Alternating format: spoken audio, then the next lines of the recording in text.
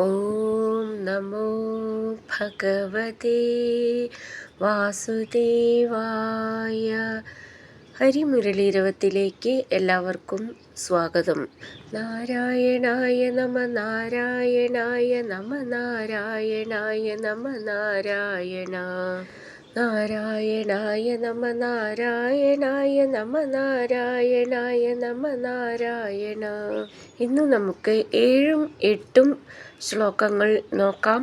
ശ്രീമന് നാരായണീയം ദശകം 76 ഉദ്ധവദൂത്യം ശ്ലോകം 7. ഏവം പ്രായൈർവിവശവചനൈരാകുലാ ഗോപികാസ്താസ്തുത്സന്ദേശൈ പ്രകൃതിമനയത്സോऽഥ വിജ്ഞാനഗർഭൈ ഭൂയസ്താഭിർമുദിതമതിഭിസ്ത്വന്മയീഭിർവധൂഭിः തത്തദ് വാർത്താ സരസമനയത് കാനിചിത് വാസരാണി. നമുക്കിതിലെ വാക്കുകൾ പിരിച്ചിട്ട് അർത്ഥം നോക്കാം. ഏവം പ്രായൈർ വിവശ വചനൈർ ആകുല ഗോപികാസ്താഃ ത്വത് സന്ദേശൈ പ്രകൃതിം അനയത് സോऽഥ വിജ്ഞാനഗർഭൈ ഭൂയസ്താഭിർമുദിതമതിഭിः സ്ത്വന്മയീഭിർവധൂഭിः തത് വാർത്താ സരസം അനയത് കാനിചിത് വാസരാണി. അർത്ഥം: അഥ അനന്തരം സ ആ ഉദ്ധവൻ ഏവം പ്രായൈ ഇപ്പറയപ്പെട്ടവയായ വിവശവചനൈ പാരവശ്യം കാട്ടുന്ന വാക്കുകൾ കൊണ്ട്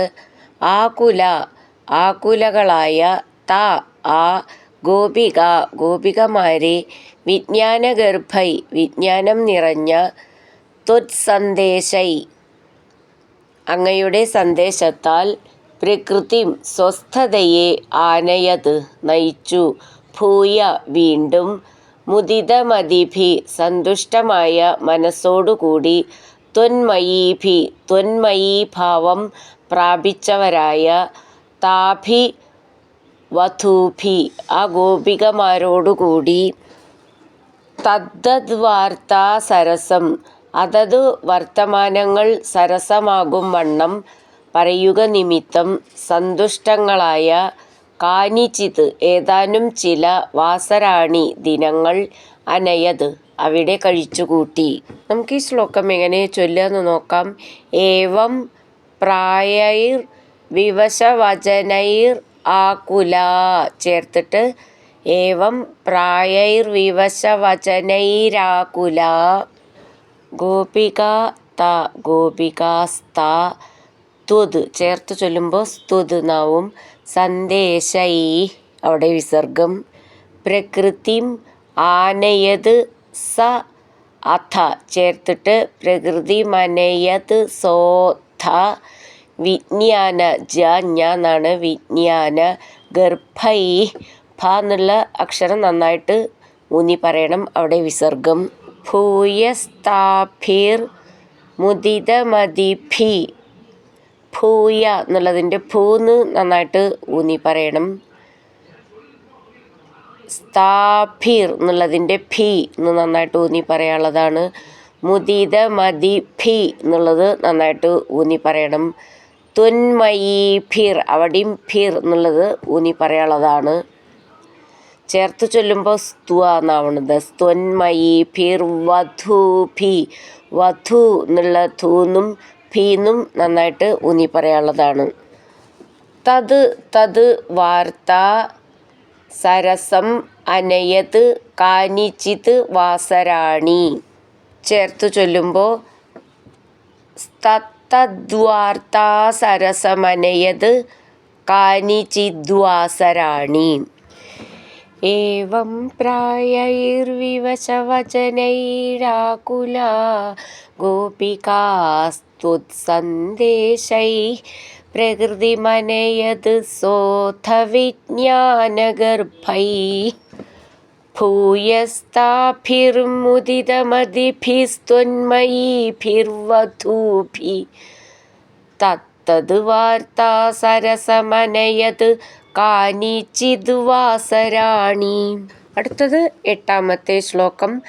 ത്വത്പ്രോദ്ഗാനൈഃ സഹിതമനിശം സർവതോ ഗേഹകൃത്യം ത്വദ്വാർത്തൈവ പ്രസരതി മിഥഃ സൈവ ചോത്സ്വാപലാപാഃ.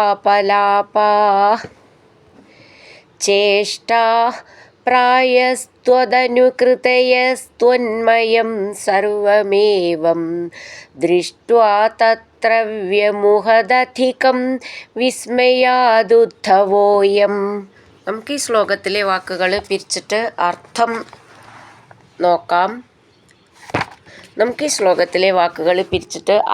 നോക്കാം. ത്വത് പ്രോദ്ഗാനൈഃ സഹിതം അനിശം സർവതോ ഗേഹകൃത്യം ത്വത് വാർത്തൈവ പ്രസരതി മിഥഃ സൈവ ചോത്സ്വാപലാപാഃ. ചേഷ്ടാ പ്രായസ്ത്വദ് അനുകൃതയ സ്ത്വന്മയം സർവം ഏവം ദൃഷ്ട്വാ തത്ര വ്യമുഹത് അധികം വിസ്മയാത് ഉദ്ധവോയം. അർത്ഥം: സർവദ എല്ലായിടത്തും, അനിശം എപ്പോഴും, ഗേഹകൃത്യം ഗൃഹകാര്യങ്ങൾ, ത്വത്പ്രോദ്ഗാനൈഃ സഹിതം അങ്ങയുടെ ലീലാപരങ്ങളായ ഗാനങ്ങളോടുകൂടിയാകുന്നു, മിഥ തങ്ങളിൽ, ത്വദ്വാർത്താ ഏവ അങ്ങയെ കുറിക്കുന്ന വാർത്തകൾ തന്നെ, പ്രസരതി വെളിയിലേക്ക് വരുന്നു, ഉത്സ്വാപലാപാ ഉറക്കത്തിൽ പറയുന്ന ഭാഷണം പോലും, സ ഏവ അങ്ങയെ കുറിക്കുന്നവയാകുന്നു. ചേഷ്ട ചേഷ്ടകൾ ചെയ്തികൾ, പ്രായ മിക്കവാറും, ത്വദനുകൃതയ അങ്ങയെ അനുകരിച്ചുള്ളവയാകുന്നു, ഏവം ഇപ്രകാരം, തത്ര അവിടെ, സർവം എല്ലാം, ത്വന്മയം ഭഗവന്മയമായി, ദൃഷ്ട്വ കണ്ടിട്ട്, അയം ഈ, ഉദ്ധവ ഭക്തനായ ഉദ്ധവൻ, അധികം വളരെ, വിസ്മയാത് വിസ്മയം മൂലം, വ്യമുഹത് വ്യാമോഹമുള്ളവനായി തീർന്നു. നമുക്ക് ഈ ശ്ലോകം എങ്ങനെ ചൊല്ലുകയെന്ന് നോക്കാം. ത്വത് പ്രോദ്ഗാനൈഃ സഹിതം, ഗാനൈഃ എന്നവിടെ വിസർഗിട്ട് ചൊല്ലുകയാണെങ്കിൽ സഹിതം എന്നുള്ളതിന് ഒരു സ മതി, ചേർത്ത് ചൊല്ലുമ്പോൾ 2 സ എന്ന് വേണം. അനിശം ചേർത്തിട്ട് ത്വത്പ്രോദ്ഗാനൈഃ സഹിതമനിശം സർവതോ ഗേഹകൃത്യം ത്വത് വാർത്താ ഏവ ചേർത്തിട്ട് ത്വദ്വാർത്തൈവ പ്രസരതി മിഥ, അവിടെ വിസർഗം ഥ എന്നുള്ള അക്ഷരം നന്നായിട്ട് ഊന്നി പറയണം. സ ഏവ ച ഉത്സ്വാപലാപാഃ, അവിടെ വിസർഗം ചേർത്ത് ചൊല്ലുമ്പോൾ സൈവ ചോത്സ്വാപലാപാഃ. ചേഷ്ടാഃ അവിടെയും വിസർഗം. പ്രായസ്ത്വദനുകൃതയ ചേർത്തിട്ട് പ്രായസ്ത്വദനുകൃതയ ത്വന്മയം, അത് ചേർത്ത് ചൊല്ലുമ്പം പ്രായസ്ത്വദനുകൃതയസ്ത്വന്മയം സർവമേവം ദൃഷ്ട്വാ തത്ര വ്യമുഹത് അധികം ചേർത്തിട്ട് വ്യമുഹദധികം, ധി എന്നുള്ള അക്ഷരം നന്നായിട്ട് ഊന്നി പറയണം. വിസ്മയാത് ഉദ്ധവ അയം ചേർത്തിട്ട് വിസ്മയാദുദ്ധവോയം, ധ എന്നുള്ള അക്ഷരം നന്നായിട്ട് ഊന്നി പറയണം. ത്വത്പ്രോദ്ഗാനൈഃ സഹിതമനിശം സർവതോ ഗേഹകൃത്യം ത്വദ്വാർത്തൈവ പ്രസരതി മിഥ സൈവ ചോത്സ്വാപലാപാഃ. ചേഷ്ടാഃ പ്രായസ്ത്വദനുകൃതയസ്ത്വന്മയം സർവമേവം ദൃഷ്ട്വാ തത്ര വ്യമുഹദധികം വിസ്മയാദുദ്ധവോയം. ഹരിനാരായണ ഗോവിന്ദ, ജയ നാരായണ ഗോവിന്ദ, ഹരിനാരായണ ജയ നാരായണ ഗോവിന്ദ ഗോവിന്ദ ഗോവിന്ദ.